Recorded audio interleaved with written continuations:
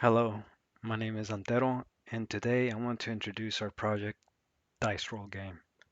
The students in our group are Tan, Caleb, Diane, and myself. The problem is simple. We've all been in situations where we wanted to roll dice with friends or family, but didn't have any physical dice on hand. It's inconvenient, and the excitement can quickly fade away while searching for those elusive dice. The significance of our project is that it provides a digital alternative to physical dice. You can enjoy this virtual dice game anytime and anywhere. No more treasure hunts for dice, just easy access to a fun gaming experience. Our project goals are straightforward.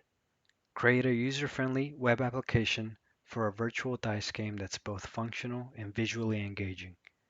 Allow users to select a number from 1 to 6, representing the face of the die they desire.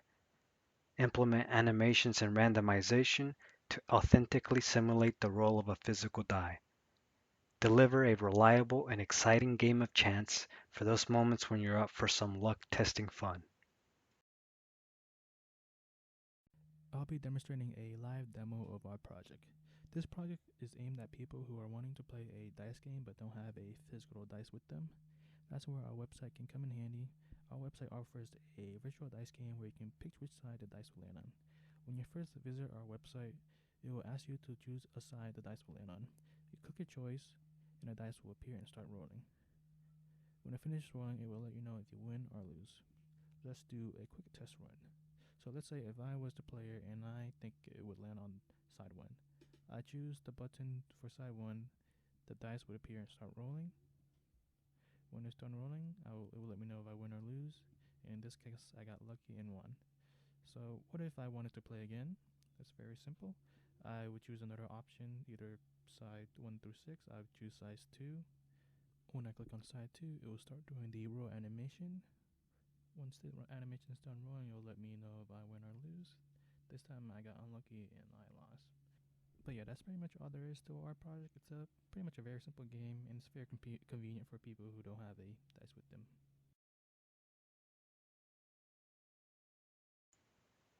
For the main background image of our game, I wanted to create an immersive and engaging experience for users right from the moment they land on the page.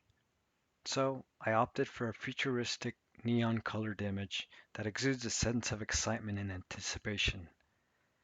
The reason behind this choice was to set the tone and make the experience of playing the dice game more thrilling. A traditional, plain background might have been dull and uninviting. By selecting a futuristic and vibrant background, we aimed to capture the essence of fun and excitement.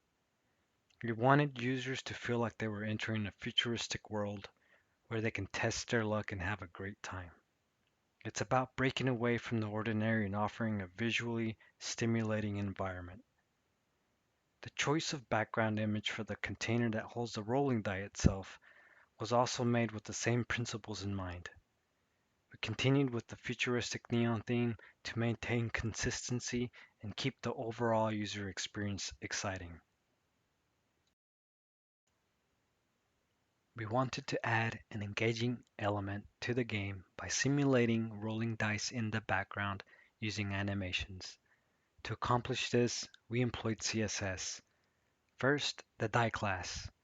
We initiated the process by defining a CSS class called die to encapsulate our rolling dice elements. This class controlled the positioning and dimensions of the dice on the screen. Second, within the die class, we utilized and customized list elements. These elements represented the actual dice symbols and were positioned absolutely. Third, to add variety and excitement, each dice element was configured individually using nth child. This allowed us to specify the size, duration, and starting position for each die.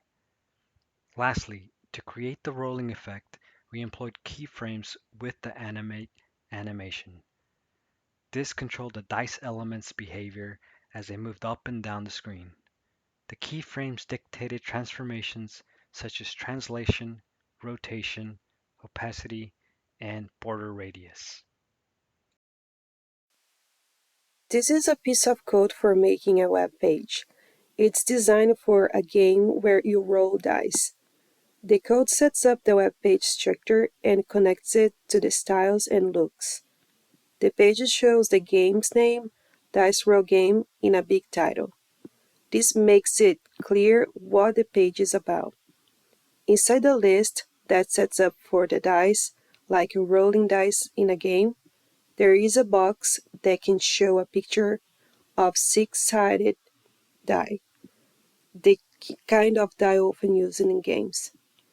Even though you can see it in the piece of code, you can use this as a starting point to add what happens when you roll the dice and the messages that go with the outcomes in the game. The presented CSS code sets the background image, positions it, and resets merging and padding for the body element. This code is just one way to style backgrounds, and CSS offers various other properties for customization. The presented code consisted of three CSS classes: container, reverse, and white box. The container class is used to style a container element that holds a set of choices. The reverse class applies a reverse flexbox layout to arrange these choices from right to left as opposed to the default left to right. And lastly, the white box class is utilized to style the individual choice buttons, making them visually appealing. One of the more important elements of our game is the 3D dice. To create the dice, we started by creating a class container called .dice, and this container would hold all the faces and dots for each side of the dice.